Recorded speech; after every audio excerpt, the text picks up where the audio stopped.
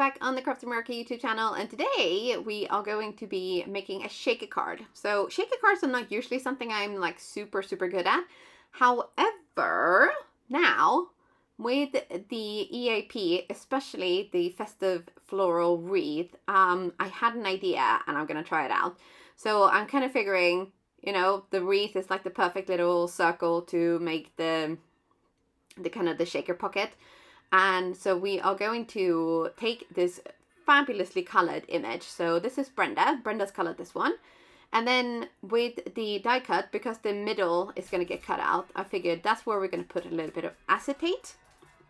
I use this old, cheap kind of overhead plastic or acetate. You know, I'm not spending my good money on like heat resistant acetate and then using that for shaky cards. No. And then I have two ready hot foiled backgrounds here from, I think this might have been like last year's holiday release. So I'm thinking the green one might look really nice, but we're going to decide that later because I can't make a decision right now. But for now, we're going to run this through our die cutting machine, and then we're going to do two pieces actually, but not two colored pieces. We're going to do one, this one, and then one just like out of cardstock. And then, so we are going to put this aside, and then we're going to take our extra piece of acetate, our one piece of acetate, and we're going to glue this down over the opening. So I'm going to trim this down so that the acetate doesn't stick out from like around the wreath. So I'm using the little die cut piece, or the piece that come out from the middle, as like a guide. And then we're going to use a little bit of liquid glue, make sure that we really get into those nooks and crannies so that there isn't like an escape for these blingalings that are going to go inside of the shaker compartment.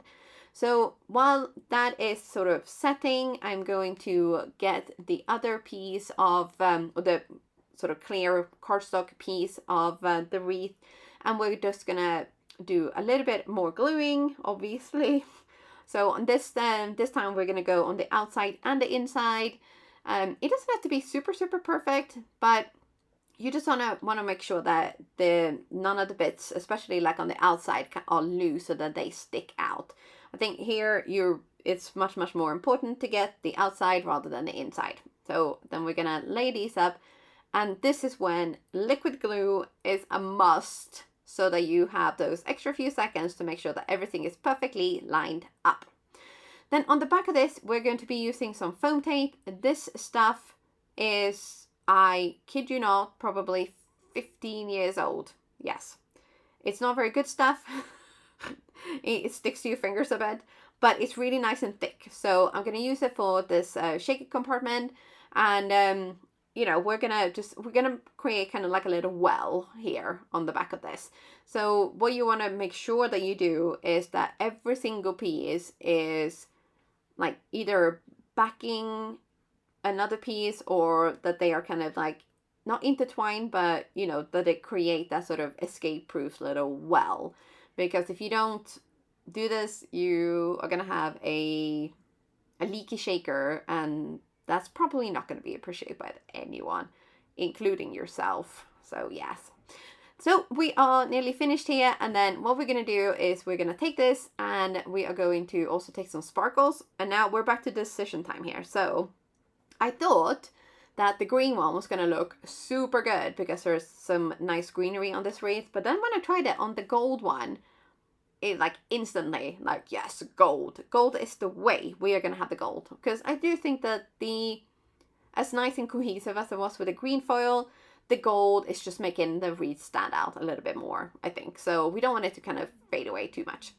And then we're gonna pick some sparkles. So I picked out a few. I knew I wanted to use these dark greens and also the yellows to keep it kind of, again, cohesive with the color of the wreath. And then I thought I might need to add in some kind of like reddish, but I don't actually have a bright red gemstone mix. So in the latest release there is actually a red sparkle, but as I said, I only had the green and the yellows, and then I ended up using quite a few of these.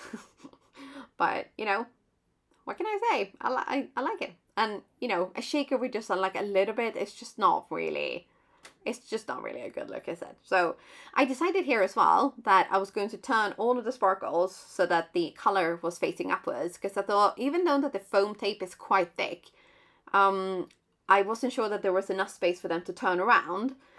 And I thought, okay, well, we're going to do this. And so I spent a fair amount of time turning every single one of these over. And then we're going to add our little thing here. And then I looked at this and I thought, I need more sparkle. I need more sparkle. So I decided to use a few mystical maroon for that kind of reddish look. And then a few more greens. And then I realized it's probably too much. So I went from not quite enough to a bit too much. So I ended up taking a few of these off. But at this point, so many of them had turned over. And I just thought they will probably like turn themselves back around. But I was wrong. So learn from my mistakes here, people. You are going to want to turn all of those sparkles facing outwards, because they did not turn. Spoiler alert. I was not happy. But it was done. It's glued down. I can't change it now. So please learn from my mistakes. They did not turn. So yes. Okay. Well, I tried my best. I really did. I mean, we're like, tap, tap, come on, sparkles, turn over. And then I was like, oh, they're not doing it, are they? Okay. All right then. Well, joy. Yay. So I decided to use the actual word that is in the middle of the wreath on the papers, and it's the joy. So we're just going to glue this down very simply. Try to make sure that it's reasonably straight, and then that everything is nice and secure. And then we're going to sparkle a little bit more. I did mean shake, not sparkle, because the gems are going to sparkle and you're going to shake it. But yes, okay. So if you want to make shaker cards, honestly, this is probably the easiest shaker card I have ever made. So that was a bit of a joy to find out. Oh, I'm stuck on the word joy now. Okay. Yes. If you enjoyed this video and you found this inspiring, I would love it if you would consider giving this video a thumbs up. Don't forget to subscribe to the Crafty Meraki YouTube channel. All of the products I've used will be listed down below. And that is it from me for today. I will see you very, very soon again. Bye for now.